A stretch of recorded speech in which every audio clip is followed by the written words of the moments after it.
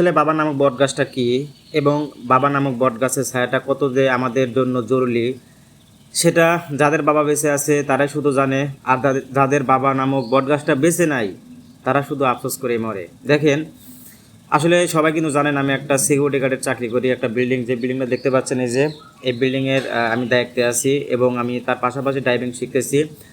এখন আমি মানে লাইসেন্স করতে দেব, আসলে আমার কাছে কোনো টাকা নাই। যা টাকা ছিল বা যা বকশিস পাইছিলাম সব বাড়িতে দিয়ে দিয়েছি, এখন কোনো টাকা পয়সা নাই।